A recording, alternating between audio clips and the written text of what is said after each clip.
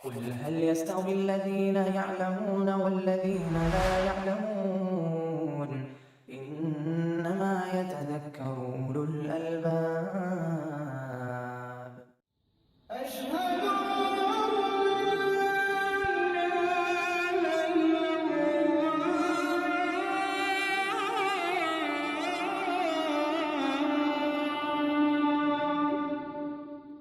بسم الله الرحمن الرحيم. الحمد لله رب العالمين والعاقبة للمتقين والصلاة والسلام الأتمان الأكملان على عبد الله ورسوله نبينا وإمامنا محمد وعلى آله وأصحابه ومن دعا بدعوته واتبع هديه إلى يوم الدين. أما بعد، فالمثال 11 قوله تعالى في الحديث القدسي: وما زال عبدي يتقرب إلي بالنوافل حتى أحبه فإذا أحببته كنت سمعه الذي يسمع به وبصره الذي يبصر به ويده التي يبطش بها ورجله التي يمشي بها ولئن سألني لأعطينه ولئن استعاذني لأعيذنه۔ تتمہ کے عنوان سے گفتگو جاری ہے ان مثالوں پر، ان قرآنی آیات اور احادیث پر جن پر معطلہ نے، محرفہ نے اہل سنت پر الزام لگایا ہے کہ اہل سنت بھی ان نصوص کے ظاہری معانی اور ظاہری دلالت مراد نہیں لیتے اور نص کو اس کے ظاہری معنی سے پھیرتے ہیں۔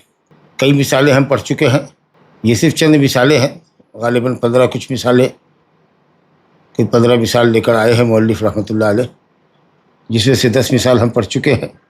یہ 11ویں مثال ہمارے سامنے ہے جو ایک حدیث قدسی کے تعلق سے ہے، اور 12ویں مثال بھی انشاءاللہ تعالیٰ ایک حدیث کے تعلق سے ہی ہوگی، جس میں معطلہ اپنے گمان کے حساب سے، گمان باطل کے حساب سے اہل سنت پر نص کے ظاہری معنی اور دلالت کو چھوڑنے کا الزام لگاتے ہیں، اور اس طریقہ سے وہ یہ کہتا چاہتے ہیں کہ آپ ہماری تعویل پر تو اعتراض کرتے ہیں اور خود آپ نے تعویل کی اور نص کے ظاہری معنی کو چھوڑا، تو یہ آپ کے لیے کیسے جائز ہوا؟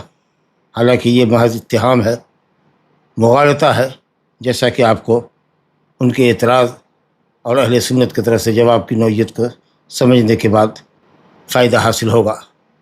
کہتے ہیں 11ویں مثال یہ ہے، اللہ تعالیٰ کا قول ہے حدیث قدسی میں: وما زال عبدی یتقرب الی بالنوافل حتی احبہ۔ حدیث شروع سے ہے: من عاد لی ولیا فقد آذنتہ بالحرب وما تقرب الی عبدی بشیء احب الی مما افترضته علیہ ولا یزال عبدی یتقرب الی بالنوافل حتی احبہ فاذا احببته كنت سمعه الذی یسمع به الی آخرہ۔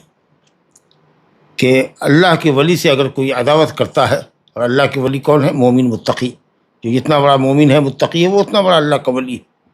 تو جو اللہ کے ولیوں سے، اللہ کے مومن متقی بندوں سے عداوت کرتا ہے، گویا کہ وہ اللہ سے جنگ مول لیتا ہے، اور اللہ نے اس کو کھلی چنوتی دی ہے جنگ کی۔ فقط آذنتہ بالحرب، کیا ہو ہم سے جنگ کرو۔ اور ظاہر ہے کہ کس میں طاقت ہے اللہ سے جنگ کرنے کی؟ گویا اللہ کے ولیوں کو ستانا، پریشان کرنا، اللہ کی عداوت بول لینا، اللہ کے غضب کا شکار ہونا۔ اس کے بعد فرمایا گیا، اللہ نے فرمایا: وما تقرب الی عبدی بشیء احب الی مما افترضته علیہ۔ بندہ سب سے زیادہ مجھ سے قریب ہوتا ہے فرائض کے ذریعے، فرائض کی ادائیگی کے ذریعے بندہ اللہ تعالیٰ سے سب سے زیادہ قریب ہوتا ہے۔ گویا کہ اللہ تعالیٰ کو سب سے زیادہ محبوب وہ فرائض ہے جو اللہ نے اپنے بندوں پر اور نبی صلی اللہ علیہ وسلم نے اپنی امتی پر فرض کیا ہے۔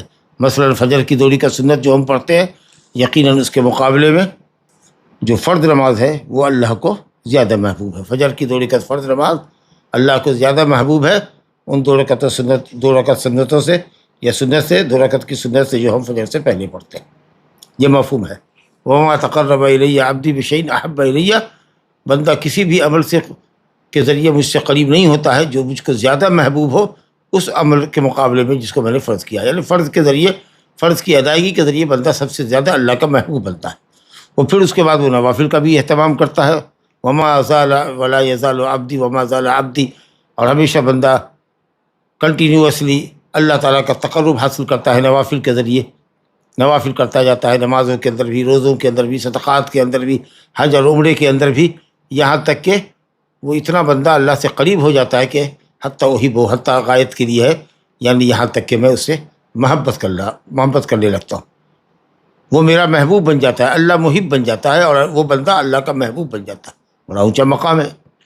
اللہ کہتا ہے فَإِذَا أَحْبَبْتُهُ، جب میں اس سے محبت کرنے لگتا ہوں تو میں اس کی کان ہو جاتا ہوں، میں اس کی سماعت ہو جاتا ہوں.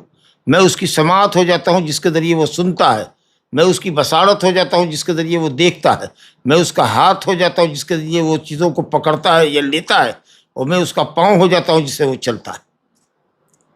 اور اگر وہ مجھ سے سوال کرے تو میں اس کو ضرور عطا کر دوں. اور اگر وہ مجھ سے پناہ چاہے، میری حفاظت چاہے، میری پناہ میں آنا چاہے، کسی شر سے، پریشانی سے نجات پانے کے لیے میری پناہ تلاش ہے، تو میں اس کو اپنی پناہ میں لے لیتا ہوں، اپنی حفاظت میں لے لیتا ہوں. اب یہ جو حدیث ہے، اہل تعویل یہ کہتے ہیں کہ اس حدیث کا جو ظاہری معنی ہے، یہ دیکھیے بتاتے ہیں کہ ظاہری معنی یہ ہے، حاشا للہ کہ یہ ظاہری معنی ہو. کہتے ہیں کہ اللہ تعالیٰ اپنے مقربین بندوں کی سماعت ہو جاتا ہے، اور اس کی بصارت ہو جاتا ہے، اس کا ہاتھ ہو جاتا ہے، اس کا پاؤں ہو جاتا ہے. جی، یعنی یہ جو اجزاء ہیں ہمارے کان جس سے ہم سنتے ہیں، یا جو اس میں اللہ نے سننے کی صلاحیت رکھی ہے، یا آنکھ جس سے بصارت کی صلاحیت رکھی ہے، یہ ہاتھ جو ہمارا ہے، کہتے ہیں یہ ہاتھ اللہ ہوتا ہے. یہ پاؤں جو ہمارا ہے، مومن متقی بندے کا جو اللہ کا ولی ہے، اللہ اس کا پاؤں ہوتا ہے. یعنی بندے کا پاؤں اللہ ہوتا ہے. اعوذ باللہ، اعوذ باللہ. اللہ کا بندے کا ہاتھ اللہ ہوتا ہے. بندے کی سماعت اللہ ہوتی ہے، بندے کی بصارت اللہ ہوتی ہے. نعوذ باللہ من ذالک. سوچیے، اعوذ باللہ. یہ سب سماعت، بصارت، ہاتھ، پاؤں، یہ سب مخلوق کے اجزاء، یہ کیسے خالق ہو جائے گا؟ اور خالق سبحانہ وتعالیٰ مخلوق کا جز کیسے ہو جائے گا؟ یہ جو ہمارے اعضاء ہیں، یہ جو ہمارے اجزاء ہیں، یہ اللہ کیسے ہو جائے گا؟ نعوذ باللہ کہ اللہ ہمارا پاؤں ہو جائے. کیا یہ بات معقول ہے؟ ہرگز نہیں. تو یہ کہنا یہ چاہتے ہیں کہ اگر آپ یہ معنی نہیں لیتے ہیں کہ انسان کا قدم، انسان محبوب کا، اللہ کے محبوب بندے کا قدم اللہ ہے، جب تک یہ معنی آپ نہیں تسلیم کرتے، جب تک محبوب بندے کی سماعت کو اللہ نہیں تصور کرتے، جب تک محبوب بندے کی بصارت کو اللہ نہیں سمجھتے، محبوب بندے کے ہاتھ اور پاؤں کو اللہ نہیں آپ سمجھتے، ہم کہیں گے کہ آپ نے حدیث کو اس کے ظاہری معنی سے الگ کر دیا، اور آپ نے حدیث کا ظاہری معنی نہیں لیا.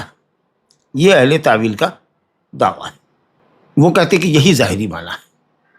والعیاذ باللہ. میں نے پہلے بھی یہ بتایا ہے اور اصول ہے کہ کوئی بھی معنی جو باطل معنی ہو، جو اللہ کی شان کے لائق نہ ہو، وہ کبھی بھی نص کا ظاہری معنی ہو نہیں سکتا. شیخ کہتے ہیں وَلِذَلِكَ نَقُولُ فِي الرَّدِّ عَلَيْهِمْ. اب ہم یہاں ان پر رد یہ کرنا چاہتے ہیں، اس طریقے سے رد کرنا چاہتے ہیں کہ یہ حدیث تو صحیح بخاری شریف کی ہے. کتاب الرقاق میں امام بخاری اس کو لے کر آئے، باب التواضع کے اندر. سلف صالحین نے، شیخ کہتے ہیں کہ سلف صالحین نے اس حدیث کو ظاہری معنی پر محمول کیا اور حقیقت پر ہی اس کو جاری کیا. لیکن کیا حدیث کا ظاہری معنی وہ ہے جو معطلہ ہم پر الزام لگاتے ہیں کہ تم یہ ثابت کرو کہ ولی کی سماعت، ولی کی بصارت، ولی کا ہاتھ، ولی کا پاؤں اللہ ہے؟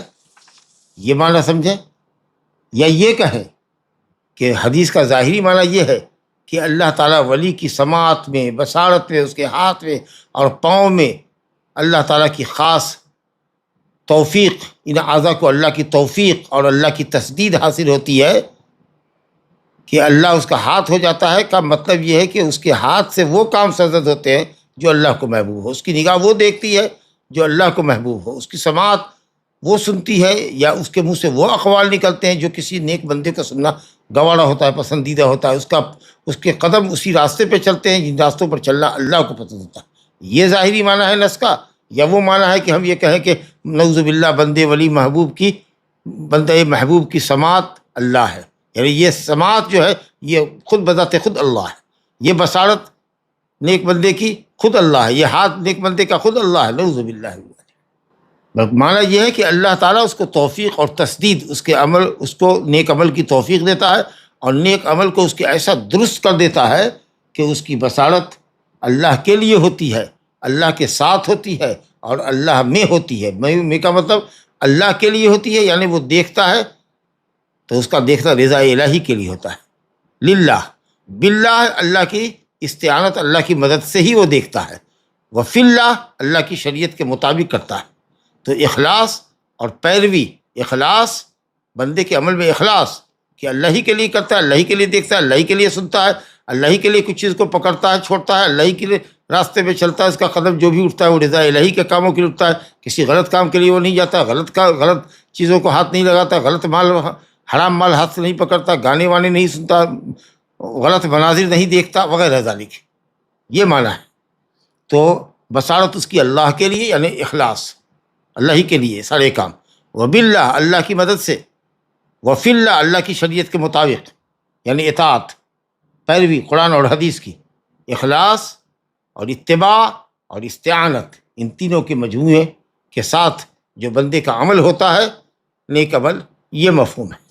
گویا کہ وہ نہیں سنتا ہے مگر وہی چیز جو اس کو اللہ سے قریب کرے، نہیں دیکھتا ہے مگر وہی چیز جو اللہ سے قریب کرے، یہی اسی طریقے سے پکڑنا، اسی طریقے سے چلنا، یہ سب اللہ تعالیٰ کی رضا اور خوش ندی ہوتا ہے۔ تو باللہ، للہ، وباللہ، وفی اللہ، ایسا بولتے ہیں نا لوگ، الحب للہ، الحب فی اللہ، تو للہ مطلب رضا الہی کے لیے، اور فی اللہ کا مطلب اللہ کی شریعت کے مطابق، اور باللہ اللہ تعالیٰ کی مدد سے با استعانت کی۔ تو بہرحال تو یہ کہنا کہ صاحب نعوذ باللہ ثم نعوذ باللہ، اللہ بندے کا کان، بندے کی آنکھ، بندے کا ہاتھ، بندے کا پاؤں ہوتا ہے، بندے کا جو ہاتھ ہے وہ خود اللہ تعالیٰ بذات خود ہے، اللہ کی ذات ہے، نعوذ باللہ، یہ معنی ظاہر ہوگا یا یہ معنی صحیح ہوگا کہ اللہ تعالیٰ کان اور آنکھ اور ناک، آنکھ کان اور ہاتھ اور پاؤں ہوتا ہے، کا مطلب یہ ہے کہ ان اعضاء کو ان کاموں کی توفیق دیتا ہے جو اللہ تعالیٰ کو پسند ہوں۔ اب دیکھیے کہتے ہیں بلا شبہ جو معطلہ معنی بتاتے ہیں یا ہم کو مورد الزام ٹھہراتے ہیں کہ اگر آپ یہ معنی نہیں لیتے، بندے کی سماعت و بصارت اور ید اور رجل کو اگر اللہ نہیں مانتے تو آپ نص کو ظاہر معنی سے پھرتے ہیں، حالانکہ یہ باطل معنی ہے جو اللہ کے شان یا نشان نہیں ہے کہ بندے کے اعضاء اور بندے کے اجزاء اللہ بن جائے یا اللہ تعالیٰ بندے کا جز بن جائے، عضو بن جائے، یہ باطل معنی کبھی بھی ظاہری معنی ہو نہیں سکتا نص کا۔ کہتے ہیں کہ نہیں یہ ظاہری کلام ہے جو تم معطلہ کہتے ہو، اور نہیں حدیث کو غور کرنے والے سمجھ سکتے ہیں کہ نہیں یہاں پر اس کلام کا یہ تقاضا ہے جو تم بولتے ہو۔ اب دیکھو حدیث کے سیاق اور سباق کو دیکھو، شروع کی عبارت دیکھو اور آخر کی عبارت دیکھو، خود معنی واضح ہوگا۔ کیا کہا گیا؟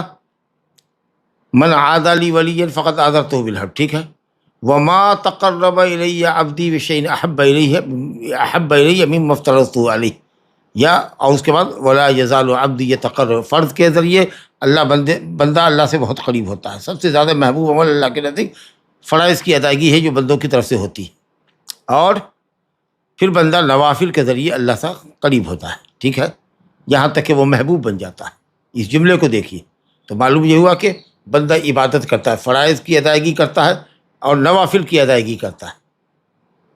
دوسرا آخری ٹکڑا دیکھیے، وَلَئِنْ سَأَلَنِي، جب یہ کہا کہ ہمیں اس کا ہاتھ میں، اس کا پاؤں میں، اس کی بصارت سماعت ہو جاتا ہے، اس کے بعد اللہ کہتا ہے وَلَئِنْ سَأَلَنِي، اگر وہ مجھ سے سوال کرتا ہے تو میں اس کو ضرور دیتا ہوں، اور وہ مجھ سے اگر پناہ چاہتا ہے تو میں اس کو ضرور پناہ دیتا ہوں۔ دونوں عبارت کو اگر دیکھیے تو سمجھ میں آتا ہے نا کہ یہاں کوئی عابد ہے اور کوئی معبود ہے، کیونکہ عبادت اس وقت تک متحقق نہیں ہوگی جب تک کہ کوئی عبادت کرنے والا نہ ہو اور کوئی ایسی ہستی نہ ہو جس کے لیے عبادت کی جاتی۔ تو ظاہر ہے کہ عابد ہے اور معبود ہے، اور دونوں الگ الگ ہستی ہے۔ جی، عبادت کا تصور یا عبودیت کا تصور بغیر عابد اور معبود کے تو نہیں ہو سکتا، اور ظاہر ہے کہ جو عبد ہے وہ رب نہیں ہے، جو رب ہے وہ عبد نہیں ہے، دونوں ایک دوسرے سے جدا ہیں، الگ ہے۔ رب ایک شے ہے، عبد ایک شے ہے۔ اسی طریقے سے کیا کہا؟ تقرب کرتا ہے، یہ تقرب الیہ، بندہ تقرب حاصل کرتا ہے، نزدیک ہونا چاہتا ہے، تو بندہ ہوا متقرب، تقرب حاصل کرنے والا، اور اللہ رب العالمین متقرب الیہ، جس کی قربت تلاشی جائے، تو بندہ ہوا تقرب حاصل کرنے والا، اور اللہ وہ ذات جس کا تقرب حاصل کیا جائے۔ اللہ اکبر۔ کنت حتی احبہ، میں اس کو محبوب بنا لیتا ہوں۔ کوئی ہے محب اور کوئی ہے محبوب۔ جی، ظاہر ہے کہ محب اور محبوب الگ الگ ہوتے ہیں۔ اس کے بعد کہا کہ اگر وہ مجھ سے مانگتا ہے میں اس کو دیتا ہوں۔ کوئی ایک سائل ہے اور ایک موتی ہے، ایک مانگنے والا ہے سائل ہے، دوسرا مسئول ہے۔ جی، ایک سائل ہے، ایک موتی ہے، ایک پناہ طلب کرنے والا ہے، مستعیذ ہے، اور ایک پناہ دینے والا ہے، مستعاذن بہی ہے۔ ظاہر ہے کہ یہ تمام جو چیزیں ہیں یہ بتاتی ہے کہ عبد اور معبود الگ الگ ہے۔ تو کیسے آپ کہیے گا کہ یہ عبد کا ہاتھ اور اس کا پاؤں، اس کی سماعت اور بصارت اللہ ہے؟ نعوذ باللہ۔ کہتے ہیں شیخ کہ دو اعتبار سے ہم جواب دیتے ہیں۔ پہلا یہ کہ اللہ تعالیٰ نے کہا وما یزال عبدی یتقرب الی بالنوافل حتی احبہ، اور آخر میں کہا ولئن سألنی لأعطینہ ولئن استعاذنی لأعیذنہ۔ اللہ نے عبد ثابت کیا، معبود ثابت کیا، متقرب ثابت کیا، متقرب الیہ ثابت کیا، محب ثابت کیا، محبوب ثابت کیا۔ سائل ہے ایک آگے دوسرا مسئول ہے، ایک موتی ہے، ایک معطی ہے، ایک مستعیذ ہے، ایک مستعاذن بہی ہے، ایک معیذ ہے، ایک معاذن ہے۔ یہ حدیث کا سیاق بتا رہا ہے کہ یہ دونوں چیزیں الگ الگ ہے، ہر ایک دوسرے سے الگ ہے۔ جو عابد ہے وہ معبود نہیں، جو معبود ہے وہ عابد نہیں، جو سائل ہے وہ مسئول نہیں، جو مسئول ہے وہ سائل نہیں۔ ظاہر سی بات ہے۔ تو بھلا جب دونوں الگ الگ ہیں تو ایک کا وصف دوسرے کا وصف کیسے ہوگا، یا ایک کا جز دوسرا کیسے ہوگا؟ بہت اچھا جواب۔ دوسرا جواب دیتے ہیں الوجہ الثانی، دوسرا جواب یہ ہے کہ ان سمع الولی وبصرہ ویدہ ورجلہ کلھا اوصاف واجزاء فی مخلوق حادث بعد ان لم یکن۔ ولی کی سماعت، بندہ ولی محبوب جو اللہ کا ہے، اس کی سماعت، اس کی بصارت، اس کا ہاتھ، اس کا پاؤں، یہ سب کیا ہے؟ بندے کے اوصاف ہیں، اجزاء ہیں۔ اس مخلوق کے اجزاء ہیں جو مخلوق حادث ہے، جو عدم سے وجود میں آیا ہے اور پھر اس کو وجود سے عدم میں جانا ہے۔ موت کے بعد زندہ ہوا ہے، پھر زندگی کے بعد موت اس کو آئے گی، پھر موت کے بعد اس کو آخری اور دائمی زندگی ملے گی آخرت کی۔ یہی حادث ہے جو وجود میں آوے ختم ہو جائے۔ تو یہ سب کان، آنکھ، ہاتھ، پاؤں جو مخلوق کے ہیں، یہ سب مخلوق حادث کی صفات اور اجزاء ہیں۔ کوئی بھی عقل مند آدمی یہ سمجھ سکتا ہے کہ اللہ جو خالق اول ہے، الذی لیس قبلہ شیء، جس کے پہلے کوئی چیز تھی ہی نہیں، وہ خالق اول، مخلوق کی سمع و بصر اور اس کا ید و رجل، ہاتھ اور پاؤں کیسے ہو سکتا ہے؟ بلکہ یہ تو ایسا معنی ہے کہ سننے سے ہی طبیعت بھن آ جاتی، بولنے سے زبان لڑکھڑانے لگتی کہ کیسے یہ آدمی جرأت کرتا ہے کہ بندے کا ہاتھ اور پاؤں، اس کا کان اور اس کی آنکھ اللہ ہے۔ بندے کا ہاتھ، یہ ہاتھ بندے کا نہیں، یہ اللہ ہے، یہ اللہ ہے۔ کوئی بھی عقل مند آدمی اس طرح کا تصور کر سکتا ہے؟ سبحانک ھذا بہتان عظیم، سبحانک اللہم وبحمدک، اشہد ان لا الہ الا انت، لا نحصی ثناء علیک انت کما اثنیت علی نفسک۔ اللہ ہر عیب سے پاک ہے اور ہر صفت کمال سے متصف ہے۔ بہرحال جب معطلہ کا یہ معنی بتانا کہ اللہ خود اس کا ہاتھ ہے، خود اس کا پاؤں ہے، یہ معنی جب باطل ہے تو دوسرا معنی متعین ہوا کہ اللہ تعالیٰ اپنے نیک بندوں کو جو فرائض اور نوافل کی بجاوری کرنے والے ہوتے ہیں، اس کو کار خیر کی ایسی توفیق عطا فرماتا ہے کہ اس کی سماعت و بصارت وہی کچھ دیکھتی اور سنتی ہے جو اللہ کو پسند ہو، اس کے ہاتھ اور پاؤں سے وہی اعمال تردد ہوتے ہیں جو اللہ کو پسند ہے۔ یہ سارے اجزاء سے اس کے صادر ہونے والے اعمال سب اللہ کے لیے خالص ہوتے ہیں اور اللہ تعالیٰ کی مدد کے نتیجے میں وجود میں آتے ہیں اور اللہ تعالیٰ کی شریعت اور کتاب و سنت کی پیروی میں بجا لائے جاتے ہیں۔ اس طریقہ سے بندے کا اخلاص مکمل ہوتا ہے اور اس کی پیروی بھی شریعت کے لیے مکمل ہوتی ہے۔ یہ ہے غایت درجے کی توفیق جو بندے مومن کو، ولی کو، فرائض و نوافل کا اہتمام کرنے والے کو حاصل ہوتی ہے۔ یہی وہ تفسیر ہے جو سلف صالحین نے کی ہے، اور یہ تفسیر ماشاءاللہ ظاہر لفظ کے موافق بھی ہے اور لفظ کی حقیقت کے مطابق بھی ہے، اور سیاق بھی اسی معنی کو متعین کرتا ہے۔ الحمدللہ اس میں کوئی تعویل نہیں ہے اور کہیں بھی لفظ کو اس کے ظاہری معنی سے پھرنے کی کوئی کوشش نہیں کی گئی ہے اہل سنت کے ذریعے، وللہ الحمد والمنہ۔ 12ویں مثال، اسی طرح کی ایک اور حدیث پر ان کا اعتراض ہے، اور بھی اعتراضات آئیں گے، بعض روایتیں اور آئیں گی، دیکھیں گے مثالوں کو۔ یہ 12ویں مثال دیکھیے، اسی انداز کی ہے، یہ بھی حدیث قدسی ہی ہے۔ قولہ صلی اللہ علیہ وسلم فیما یرویہ عن اللہ تعالی، نبی صلی اللہ علیہ وسلم کا قول اس روایت میں جس کی روایت وہ اللہ تعالیٰ سے کرتے ہیں۔ حدیث قدسی وہی نا ہے جس کی روایت نبی صلی اللہ علیہ وسلم اللہ سے کریں۔ قال اللہ تعالیٰ، نبی صلی اللہ علیہ وسلم کہے قال رسول اللہ صلی اللہ علیہ وسلم قال اللہ تعالیٰ، جس قول کی نسبت نبی صلی اللہ علیہ وسلم اللہ کی طرف کریں، لا الہ الا اللہ، تو اس کو کہتے ہیں حدیث قدسی۔ حدیث قدسی ہے، شروع کے الفاظ حذف کر دیے ہیں جو اعتراض کا محل ہے معطلہ کی جانب سے، اسی کو ذکر کیا ہے۔ شروع کی حدیث ہے اللہ تعالیٰ فرماتا ہے انا عند ظن عبدی بی، انا عند ظن عبدی بی وانا معه اذا ذکرنی فاذا ذکرنی فی نفسی فان ذکرنی فی نفسی فان ذکرنی فی نفسه ذکرته فی نفسی وان ذکرنی فی ملأ ذکرته فی ملأ خیر منهم، اور ومن تقرب، اس کے بعد ہے ومن تقرب الی شبرا تقربت الیہ ذراعا ومن تقرب الی ذراعا تقربت الیہ باعا وان اتانی یمشی اتیتہ ہرولۃ، رواہ البخاری و مسلم۔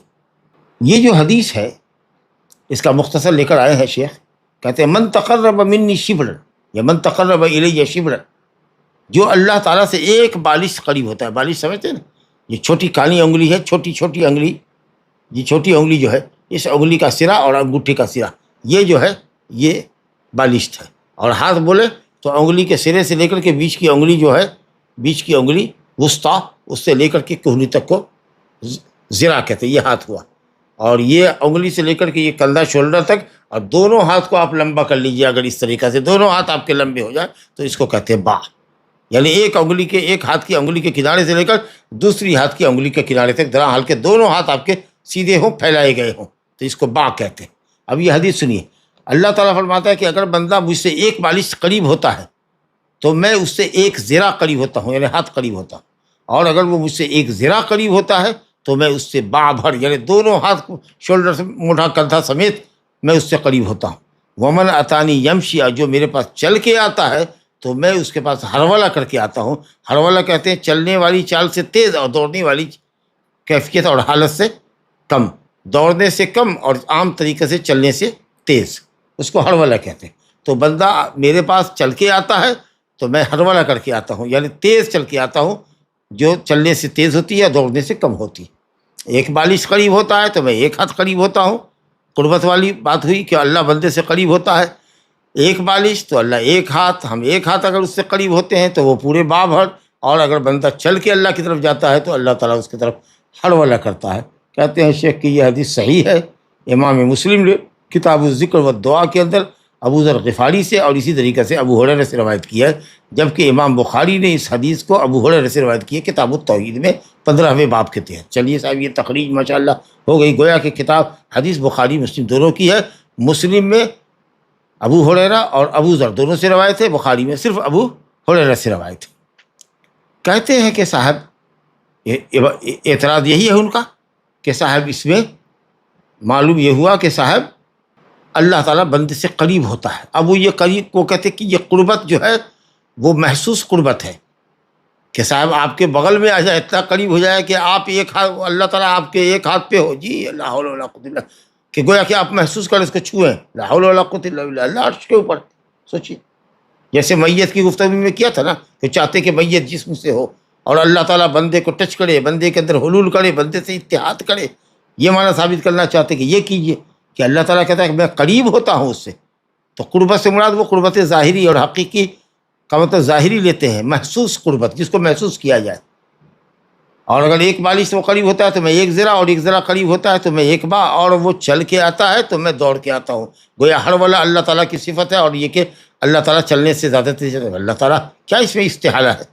کیا کون سی چیز محال ہے، یا کون سی چیز روک رہی ہے اس بات کو کہ اللہ تعالیٰ چل بھی سکتا ہے، اور اللہ تعالیٰ ہر والا بھی اس کی صفت ہے، اور مشی بھی اس کی حرکت صفت ہے، اور اللہ کی صفت اتیان بھی ہے۔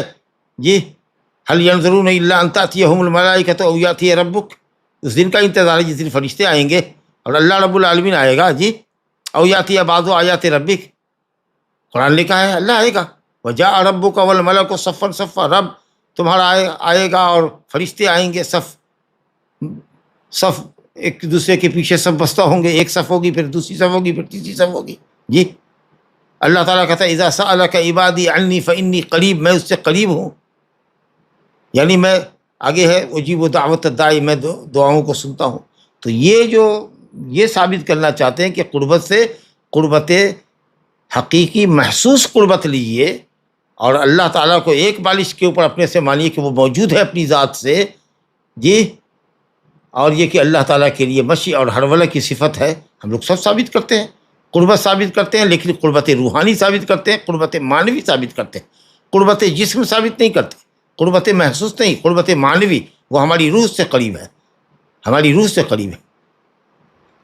بہرحال دیکھیے شیخ کیا کہتے ہیں، کہتے ہیں حاضر الحدیث، یہ جو حدیث من تقرب الیہ والی ہوئی، جو میرے سے ایک بالش قریب ہوتا ہے میں اس سے ایک ذرا قریب ہوتا ہوں، کہتے ہیں یہ ان دوسری حدیثوں کی طرح سے ایک حدیث ہے جو دلالت کرتی ہے کہ اللہ تعالیٰ کے افعال اختیاری ہے، یعنی اللہ تعالیٰ کی صفات فعلیہ جو ہے وہ اختیاری ہے۔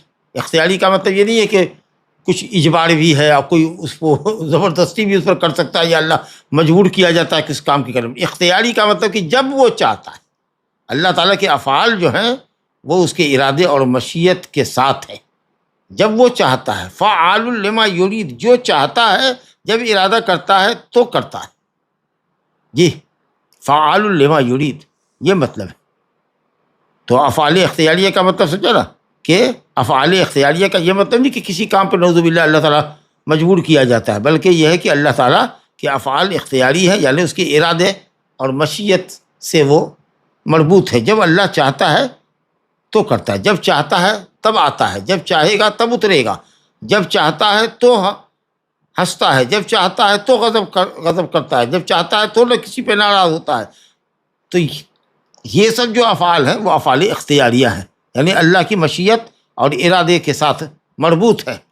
کہتے ہیں کہ یہ حدیث من جملہ ان نصوص کے ہے جو دلالت کرتے ہیں کہ اللہ رب العالمین کے لیے جو افعال ہیں وہ اختیاری طور پر ثابت ہے، یعنی ارادے اور مشیت کے ساتھ ہے۔ اور اللہ سبحانہ تعالیٰ فعال لما یرید، جو چاہتا ہے وہ کرتا ہے، جب ارادہ کرتا ہے تو کرتا ہے، جیسا کہ کتاب و سنت میں بہت ساری دلیل ہے۔ قرآن نے کہا وَإِذَا سَأَلَكَ عِبَادِي عَنِّي فَإِنِّي قَرِيبٌ أُجِيبُ دَعْوَةَ الدَّاعِ، میں دعاؤں کو سنتا ہوں، جب اللہ چاہتا ہے تو سنتا ہے، قبول کرتا ہے۔ اذا دعان، جی وجاء ربک والملک صفا صفا، تیرا رب اور فرشتے صف صف آئیں گے، یعنی قیامت کے دن یہ ہوگا، جب چاہے گا تو آئے گا وہ۔ هل ينظرون الا ان تأتي، اس دن کا انتظار ہے کہ فرشتے آ جائیں، یا تیرا رب خود آ جائے، یا رب تعالیٰ کی بعض نشانیاں آ جائیں، اس دن کا انتظار ہے ایمان لانے کے لیے۔ تو اللہ کے لیے اتیان بھی ثابت ہوا۔ الرحمن علی العرش استوى، اللہ عرش پر مستوی ہوا۔ اسی طریقے سے ينزل ربنا كل ليلة الى السماء الدنيا، اللہ تعالیٰ ہر رات سماء دنیا پر نزول کرتا ہے، جبکہ آخری رات کا آخری تہائی حصہ باقی رہتا ہے۔ اسی طریقے سے حدیث ہے کہ جب بھی کوئی بندہ صدقہ کرتا ہے حلال اور پاکیزہ مال سے، اور جملہ مترجمہ ہے کہ اللہ نہیں قبول کرتا مگر پاکیزہ مال کو ہی، تو رحمان اس کو اپنے داہنے ہاتھ سے قبول کرتا ہے۔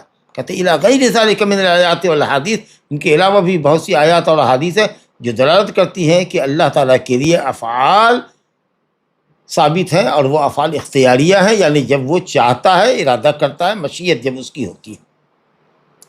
تو سلف صالحین تقربت منہ، کہ میں بندے سے قریب ہوتا ہوں اور میں بندے کی طرف ہڑولہ کر کے آتا ہوں، یہ بھی افعال اختیاریہ ہے اللہ تعالیٰ کی۔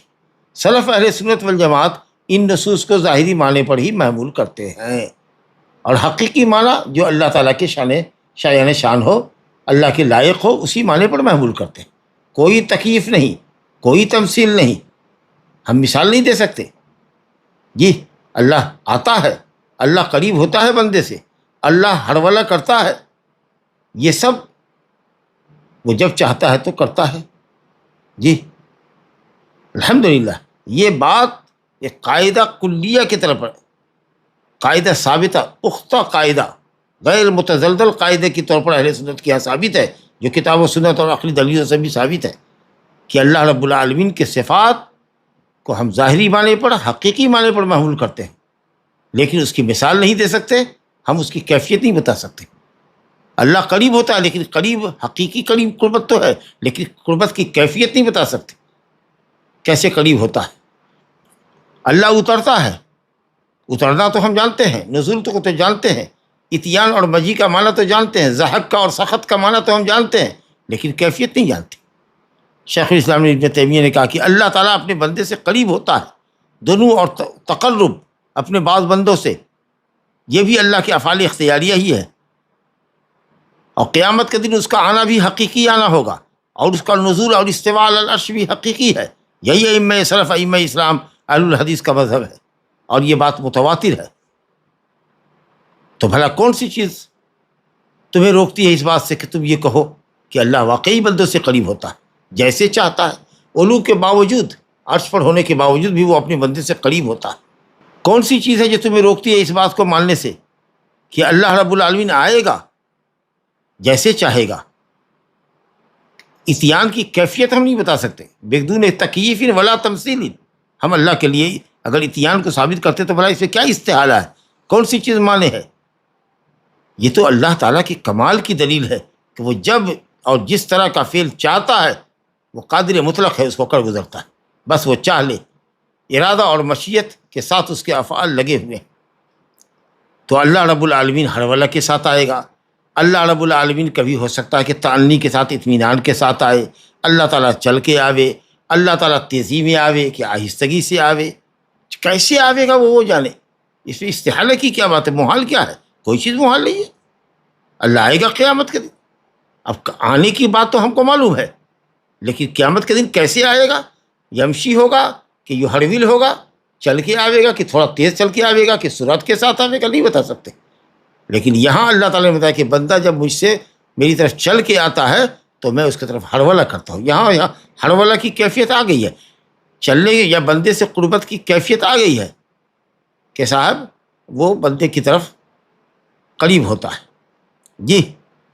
لیکن جہاں کیفیت نہیں ہے وہاں ہم کیفیت نہیں بتائیں گے۔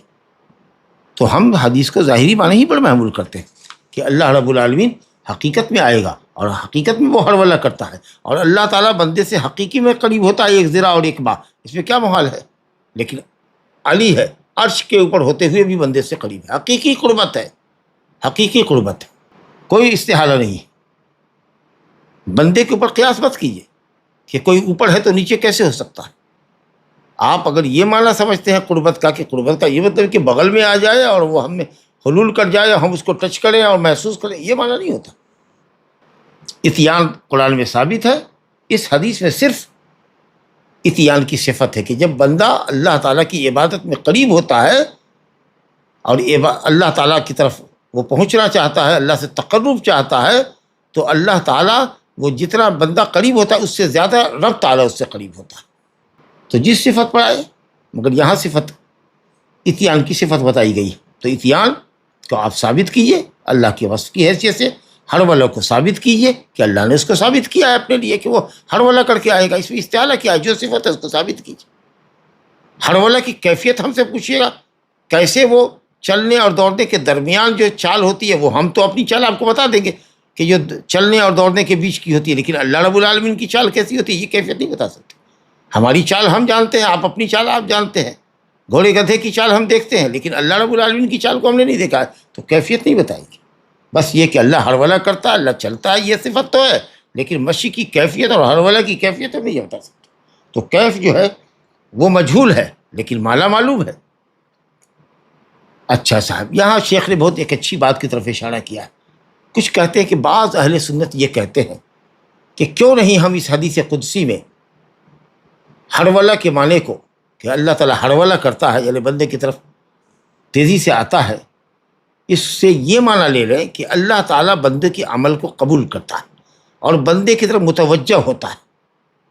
جو بندہ اس کی طرف متوجہ ہوتا ہے اپنے قلب سے، اپنے اعضاء اور جوارح سے عبادت کے ذریعے، اللہ اس کی طرف زیادہ متوجہ ہوتا ہے اور اس کی بندگیوں کو قبول کرتا ہے۔ یہ معنی اگر لے لیں تو اس میں کیا حرج ہے؟ گویا کہ کہنا یہ چاہتے ہیں بعض سلف کہ اللہ کا بندے کو اس کے عملوں کی جزا دینا، بدلہ دینا، یہ عامل کے عمل سے زیادہ ہوتا ہے، یعنی بندہ جتنا عمل کرتا ہے اس سے زیادہ اللہ رب العالمین اس کے عمل کا ثواب دیتا ہے۔ اچھا دیکھیے، یہ جو آپ دیکھ رہے ہیں، کہتے ہیں کہ یہ اگر ایک تعویل آپ سمجھ رہے ہیں اس کو کہ صاحب یہی نص کا ظاہری معنی ہو سکتا ہے، جیسا کہ بعض سلف نے کہا ہے، بعض اہل سنت نے، کہ اللہ تعالیٰ بندے سے قریب ہوتا ہے اور اللہ تعالیٰ اس کی طرف ہرولہ کرتا ہے، یعنی اس کے عمل کو قبول کرتا ہے اور اس کو بدلہ دیتا ہے اس کے عمل سے زیادہ مکمل۔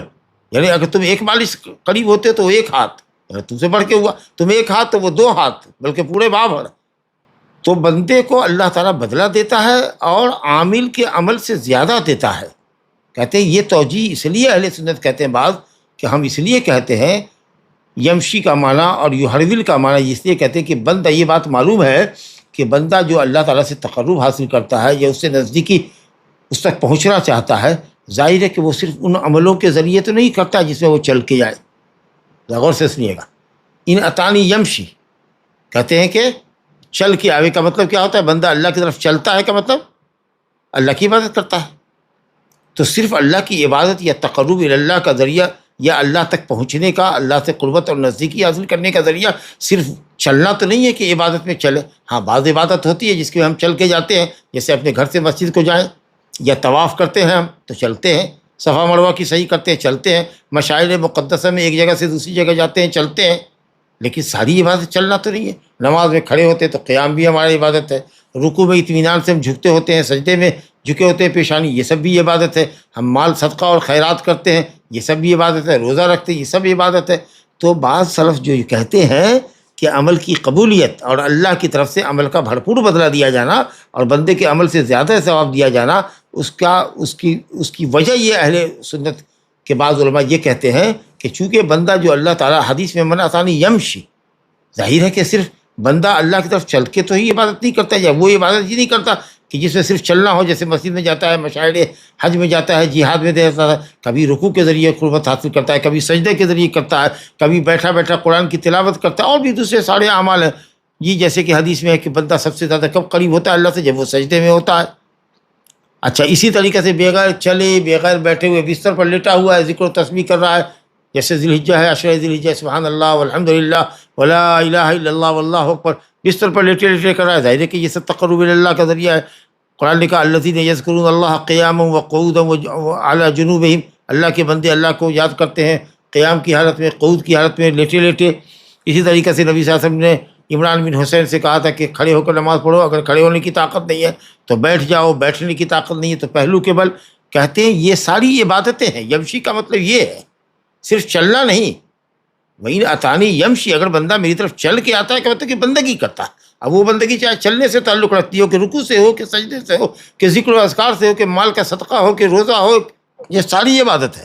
لہذا ان عبادتوں کی روشنی میں مشی کا مطلب اللہ سے اعمال صالحہ کے ذریعے قریب ہونا، اور اللہ کا مشی کے مقابلے میں ہرولہ کرنا بندے کو اس کے عمل کا پورا اور بھرپور اور زیادہ ثواب دینا. کہتے ہیں کہ صاحب اگر یہ معنی لیتے ہیں تو یہ بھی ظاہری معنی ہوگا، شرعی دلائل کا تقاضا ہے کہ یہ معنی لیا جائے. اور اس معنی کو اگر ہم لیتے ہیں تو ظاہری معنی سے خروج نہیں ہوتا، اور نہ ہی اہل تعویل کی طرح ہم اہل تعطیل کی طرح ہم تعویل کرتے ہیں، بلکہ یہ اہل سنت کے جو خلاف ان کی دلیل ہے، یا اس دلیل کو جو اہل سنت کے خلاف دلیل پیش کرتے ہیں وہ دلیل نہیں بنے گی. وہ آپ اس کو اہل سنت کے خلاف دلیل نہیں بنا سکتے. تو گویا کہ مشی کے مقابلے میں ہرولہ ہے نا.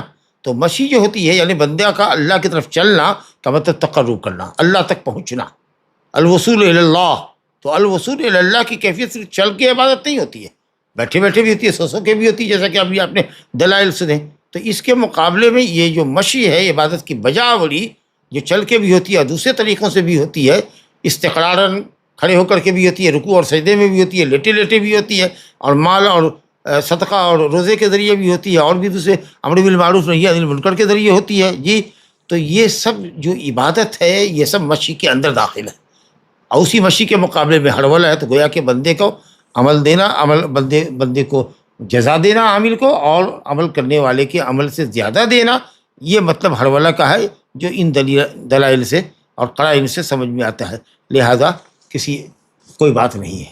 الحمدللہ شیخ کہتے ہیں کہ بعض اہل سنت نے جو یہ معنی بتایا دلائل کی روشنی میں کہ یمشی کا مطلب اللہ سے قریب ہونا، اللہ تک پہنچنے کی کوشش عبادات کے ذریعے کرنا، چاہے وہ چل کے ہو یا دوسرے ذریعے سے ہو، اور اس کے مقابلے میں اللہ کا ہرولہ کرنا یعنی بندے کو اس کے عمل کا پورا بدلہ دینا. لہو حظ من النظر، دلیل میں قوت ہے.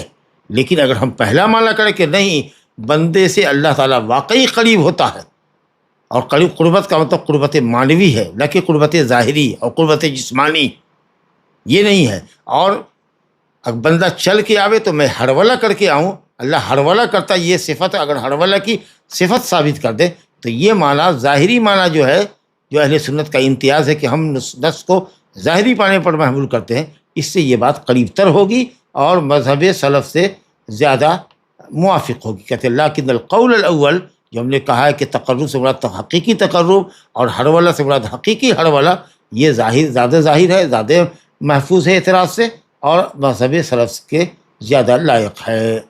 اب آپ یہ کہہ رہے ہیں کہ بندہ عبادت کرتا ہے، یمشی کا مطلب عبادت کرنا، چاہے چل کے ہو یا بیٹھ کے ہو یا سجدہ کر کے ہو یا لیٹے لیٹے ذکر و تذکر کہتے ہیں. تو شیخ کہتے ہیں کہ اس کا جواب ہم یہ دیں گے کہ مقصود وہاں مثال ہے صرف، کہ بندہ میرے پاس چل کے آتا ہے، یعنی ایک بندگی بطور مثال پیش کی جا رہی ہے کہ جیسے ایک بندگی ہے، بندہ اللہ کے پاس چل کے آتا ہے، جی جیسے مسجد کو جا رہا ہوتا ہے، تو بطور ایک مثال کے تو اللہ تعالیٰ اس کے مقابلے میں ہرولہ کرتا ہے. یہ نہیں ہے کہ صاحب ہم نے بندوں کی بندگی کو یا بندوں کی بندگیوں کو صرف مشی کے اندر یا ان عبادتوں کے اندر محصور کر دیا جو عبادتیں چلنے سے تعلق رکھتی ہیں، مسجد میں آنا، طواف اور صحیح سے، بلکہ یہ ایک بطور مثال کے ہے کہ بندہ اگر کوئی بندگی کرتا ہے جس بندگی کو ادا کرنے کے لیے وہ چلتا ہے تو اللہ رب العالمین اس کے چلنے کے مقابلے میں ہرولہ کرتا ہے. تو کہ شیخ کہتے ہیں وہ یجاب عما جعلہ جن دلیلوں کو آپ نے قرینہ بنایا ہے کہ تقرب اللہ اور مقصود ہے تقرب اللہ، اللہ تعالیٰ تک پہنچنے کی کوشش، یہ مشی کے ساتھ مختص نہیں ہے جو کہا نا آپ نے. اور اس بنیاد پر آپ نے کہا کہ صاحب چلو یمشی اور تقرب کا معنی ہم اللہ تعالیٰ کی طرف سے یہ لیں کہ صاحب وہ بدلہ دیتا ہے، تو ہم اس کا جواب یہ دیں گے کہ یہ حدیث خرج مخرج المثال، بطور مثال کے ہے، نہ کہ حصر کے معنی. یعنی وہ عبادت جس میں بندہ چلتا ہے، ایک مثال کے طور پر ایک عبادت کا ذکر کیا جا رہا ہے، تو اللہ تعالیٰ اس کی طرف ہرولہ کرتا ہے. جی جیسے کہ بندہ مسجد کی طرف نماز کے لیے جاتا ہے یا طواف اور سعی کرتا ہے، تو بطور مثال کے یہ بات کہی گئی ہے. جی اسی حدیث کے اندر ہے نا، ومن ذکرنی فی نفسہ ذکرتہ فی نفسی، ومن ذکرنی فی، اللہ تعالیٰ انسان اپنے بندہ اپنے نفس میں ذکر، بندہ اللہ تعالیٰ کو اپنے نفس میں یاد کرتا ہے. نفس کا مطلب کیا ہے کہ تنہائی میں یاد کرتا ہے، جی کیونکہ ملا ہے آگے، وَإِن ذَكَرَنِي فِي مَلَئٍ، اور اگر وہ جماعت میں جتھے میں یاد کرتا ہے تو میں اس سے بہتر جماعت میں یعنی فرشتوں کے درمیان یاد کرتا ہوں. تو جب جماعت میں اللہ کا ذکر کرتا ہے تو اللہ تعالیٰ فرشتوں کا ذکر جماعت، بندے کا ذکر جماعت فرشتوں کی جماعت میں کرتا ہے. وَإِن ذَكَرَنِي فِي نَفْسِهِ کا مطلب یہ ہے کہ منفرداً عن الناس، جب وہ تنہا ہوتا ہے، جیسے رجل ذکر اللہ خالیا ففاضت عیناہ، تنہائی میں اس اللہ کو یاد کرے اور اللہ کے خوف سے اس کی آنکھیں بہہ پڑے، یعنی آنسوؤں کی جھڑی لگ جائے. یا فی نفسہ کا مطلب یہ کہ دل سے اللہ کو یاد کرتا ہے، ایسی یاد اور ایسی محبت جس کے لیے زبان کا استعمال نہیں ہوتا ہے. تو دونوں ہمارا چل سکتا ہے. بہرحال ایک بات یہ کہہ کر کے درس کو روکنا چاہیں گے کہ میت تو اللہ تعالیٰ کی میت جو بندوں کے ساتھ ہے وہ ایک میت عامہ ہے، ایک میت خاصہ، جیسا کہ ہم پڑھ کے آئے کہ اللہ تعالیٰ علم، احاطہ اور قدرت کے ساتھ اللہ بندے کے ساتھ ہے. یعنی ہے تو میت حقیقی، لیکن اس حقیقی میت کا تقاضا علم، قدرت، احاطہ ہے. اور میت خاصہ کا تقاضا یہ ہے کہ اللہ تعالیٰ نصرت اور تائید بندے کی کرتا ہے، جیسا کہ ہم پڑھ کے آئے.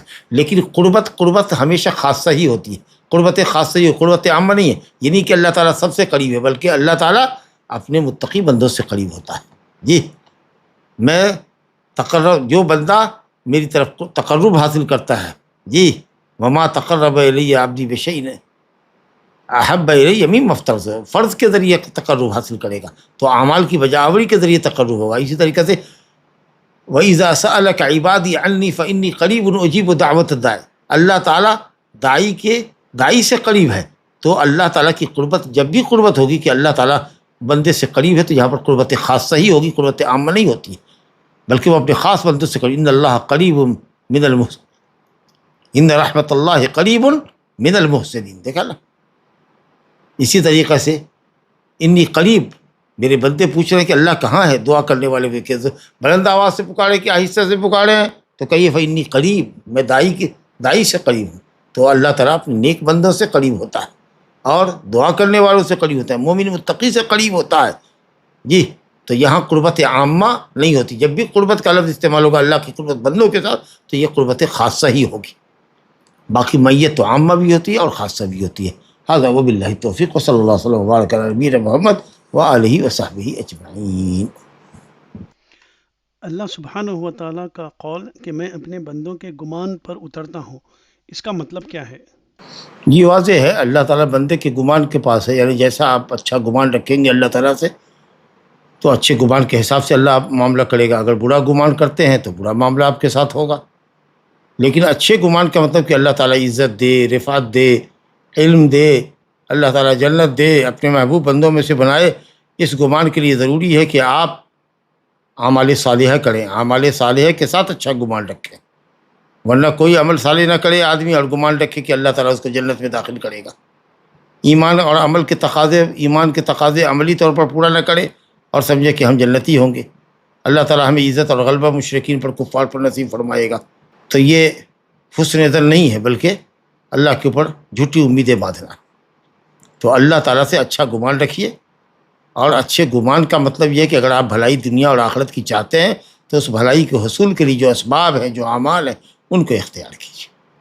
بندہ جب اللہ تعالیٰ کو اپنے نفس میں یاد کرتا ہے، کا مطلب یہ کہ ان ذکرنی فی نفسہ ہی، اگر وہ اپنے نفس میں یاد کرتا ہے. اب نفس کا مطلب یا تو اپنے دل میں یاد کرتا ہے، جو معنی آپ نے سنا کہ محبت اور انابت اور خشیت جیسی یہ جو چیز ہوتی ہے، اللہ تعالیٰ کا تصور اس کے دل میں رہتا ہے، اس کا خوف رہتا ہے، اس کی امید رہتی ہے، تو اللہ رب العالمین بھی اپنے دل میں یاد کرتا ہے. اللہ کے لیے نفس ہے، بندے کے لیے نفس ہے، اللہ کے لیے نفس ہے. قرآن نے کہا وَيُحَذِّرُكُمُ اللَّهُ نَفْسَهُ وَيُحَذِّرُكُمُ اللَّهُ نَفْسَهُ كَتَبَ رَبُّكُمْ عَلَى نَفْسِهِ الرَّحْمَةَ. تو نفس اللہ کے لیے ثابت ہے. اور اگر وہ جماعت میں ذکر کرتا ہے، یا نفس سے مراد ہے کہ تنہائی میں جب ذکر کرتا ہے، کیونکہ آگے ملا کا ذکر ہے، جماعت میں ذکر کرنا، تو اس کا مطلب یہ ہے کہ فی نفس ہی کا مطلب یہ ہے فی خلوت ہی. جب وہ اکیلا ہوتا ہے، کوئی بھی نہیں ہوتا، تنہائی میں اللہ کو یاد کرتا ہے، تو اللہ تنہائی میں یاد کرتا ہے. جب وہ جماعت میں یاد کرتا ہے تو اللہ تعالیٰ فرشتوں کے درمیان اس کا ذکر کرتا ہے. جی.